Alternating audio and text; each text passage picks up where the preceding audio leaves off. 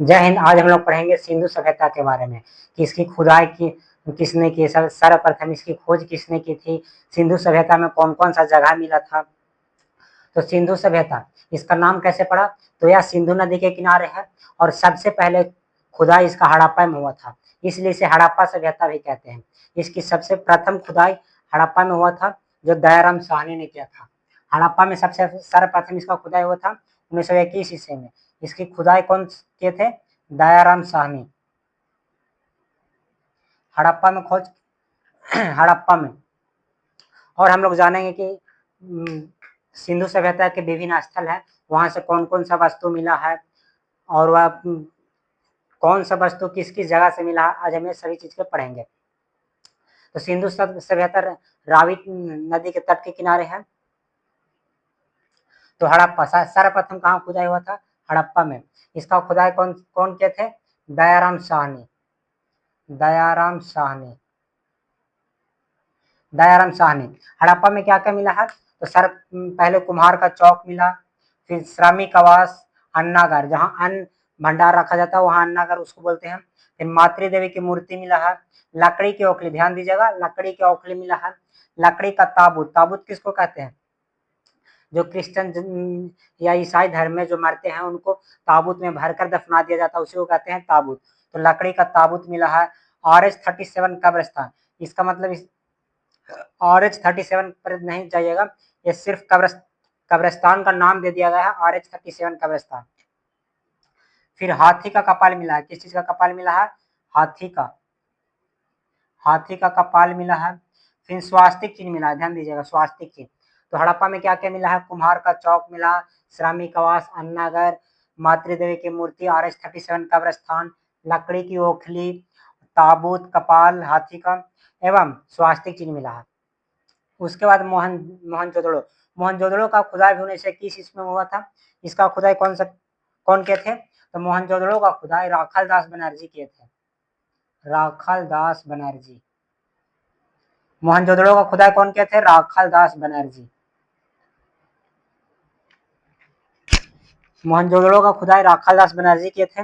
मोहनजोदड़ो में क्या क्या मिला है? तो पुरोहित आवास, जहाँ ब्राह्मण ये सब रहते हैं उसको कहते हैं पुरोहित आवास। उसके बाद सूती वस्त्र मिला, सूती वस्त्र का कपड़ा। मोहनजोदड़ो में क्या मिला है? सूती वस्त्र का कपड़ा, पुरोहित आवास। फिर विशाल स्नानागार, यानी विशाल भव्य बहुत बड़ा स्नानागार मिला है, स्नानागार बड़ा। उसके बाद मिला है सभागार। सभा जो पंचायत, कैसे भवन में पंचायत भवन रहता है, वहां भी बहुत बड़ा सभागार मिला है, जहाँ लोग पंचायती मतलब ऐसे आपस में बैठा करते थे या पंचायती जो भी किया करते थे, वह सभागार मिला है। फिर कांसे की नर्तकी मिला, क्या चीज का? कांसे की नर्तकी। कांसे की जो आकार का है उस आकार का नर्तकी के टाइप का कुछ मिला है। फिर पशुपति शिव, पशुपति का शिव मिला है। फिर तांबे का ढेर मिला है, तांबे का ढेर भी मिला है। मोहनजोदड़ो में तांबे का एक बहुत बड़ा ढेर मिला है, तांबे वाला। फिर मोहनजोदड़ो में सबसे सबसे चौड़ी सड़क कहाँ मिला है? मोहनजोदड़ो में। मोहनजोदड़ो में सबसे ज्यादा चौड़ी सड़क मिला है। उसके बाद तांबेगढ़ है, अन्नागढ़ मोहनजोदड़ो में भी मिला है। ध्यान से समझिएगा, मोहनजोदड़ो और हड़प्पा में, कि अन्नागढ़ यहाँ भी मिला है और यहाँ मोहनजोदड़ो में भी मिला है। स्वास्तिक चिन्ह यहाँ भी मिला है, लेकिन यहाँ मुहर ज्यादा था। स्वास्तिक चिन्ह का क्या था? मुहर ज्यादा मिला है। मोहनजोदड़ो में स्वास्तिक चिन्ह का मुहर ज्यादा मिला है, जबकि हड़प्पा में स्वास्तिक चिन्ह पहले मिला था और मोहनजोदड़ो में स्वास्तिक चिन्ह का मुहर बहुत सारा मिला है। अन्नागढ़, यहाँ विशाल अन्नागढ़ मिला, अन्नागिरी मिला है। अन्नागढ़ यहाँ बहुत बड़ा बड़ा अन्नागढ़ मिला है, यहाँ चौड़ी सड़क मिला है। तो इस प्रकार से ध्यान दीजिएगा। फिर चनहुदड़ो, चनहुदड़ो, चनहुदड़ो का खोज किसने किया था? तो चनहुदड़ो का खोज किया था गोपाल मजुमदार। गोपाल मजुमदार ने चनहुदड़ो का खोज किया था। मजुमदार खुदाई किया था, यह 1931 में इसका खुदाई हुआ था, ध्यान दीजिएगा 1931। चनहुदड़ो में मेकअप का सामान मिला है, मेकअप सामग्री, लिपस्टिक, सुई, धागा, मन का घड़ा जो भी होता है वो कहाँ मिला है? चनहुदड़ो में। मेकअप सामग्री सामान मिला है, शीशा मिला है जो ऐनक देखते हैं। फिर मन का मिस होता है, घड़ा मिला है। फिर सुई मिला है, अलंकृत ईट यानी रंगा हुआ ईट, रंग बिरंगा ईट मिला हुआ है, रंग बिरंग गुड़िया जो छोटा मोटा मिट्टी या जो भी बना होता है वो गुड़िया मिला है। फिर चनहुदड़ों में पाँव के निशान मिले हैं कि कुत्ता पीछा कर रहा है बिल्ली का, उसका पाँव का निशान मिला है।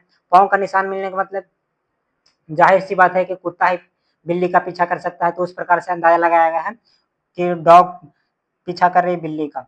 सुई मिला है, तो चनहुदड़ों में ये सब मिला है। चनहुदड़ो दुर्ग रहित है, एक यही है जो दुर्ग रहित है, दुर्ग रहित। इस दुर्ग रहित क्या है का मतलब कि इसमें कोई दीवार उवार नहीं है, सारे तरफ से खुला हुआ है। चनहुदड़ो ही एक है जो दुर्ग रहित है, वह चारों तरफ से खुला हुआ है। चनहुदड़ो का खोज किसने किया था, यानी खुदाई किसने किया था, तो गोपाल मजूमदार 1931 में।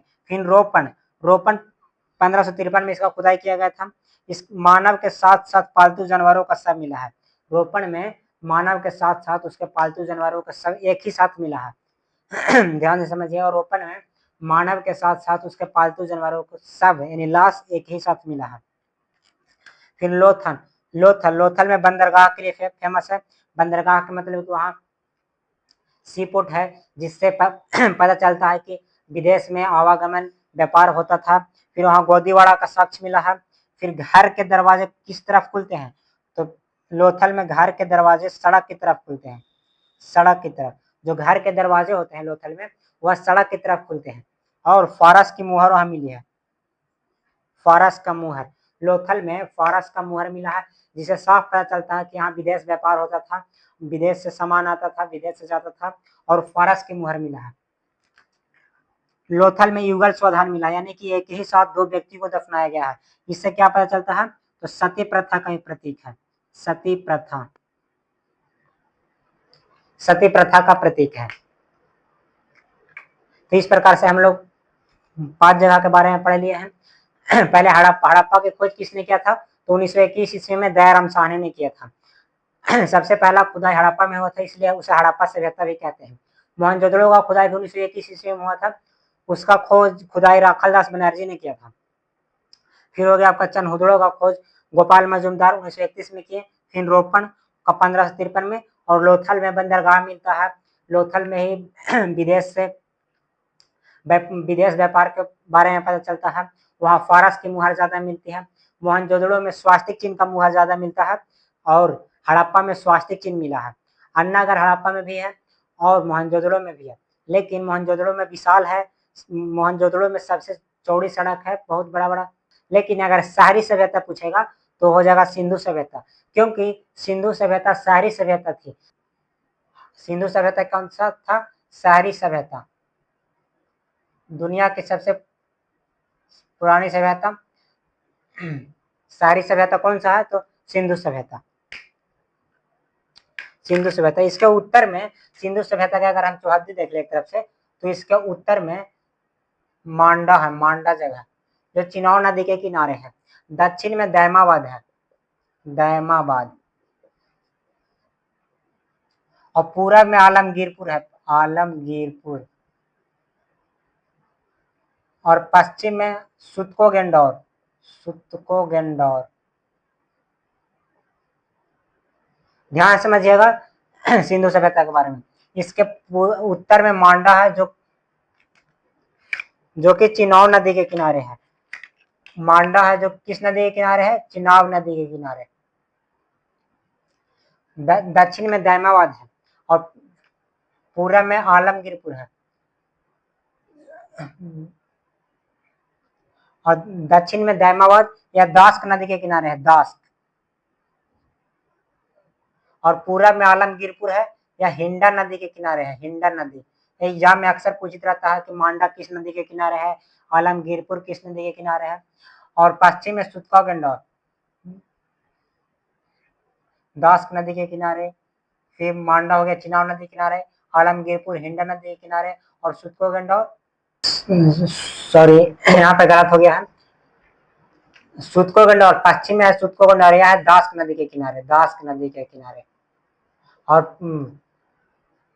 पश्चिम में सुतको गंडौर है जो कि दास्क नदी के किनारे है, जबकि दैमाबाद प्रावरा नदी के किनारे है, प्रावरा।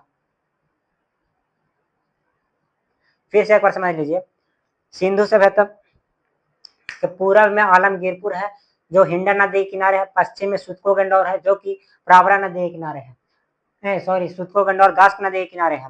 उत्तर में मांडा है जो चिनाव नदी के किनारे है, और दक्षिण में दैमावत है जो कि प्रावरा नदी के किनारे है। इस प्रकार से हम सिंधु सभ्यता का एक पार्ट पढ़ लिए हैं। अब इसका अगला पार्ट हम लोग अगले क्लास में पढ़ेंगे।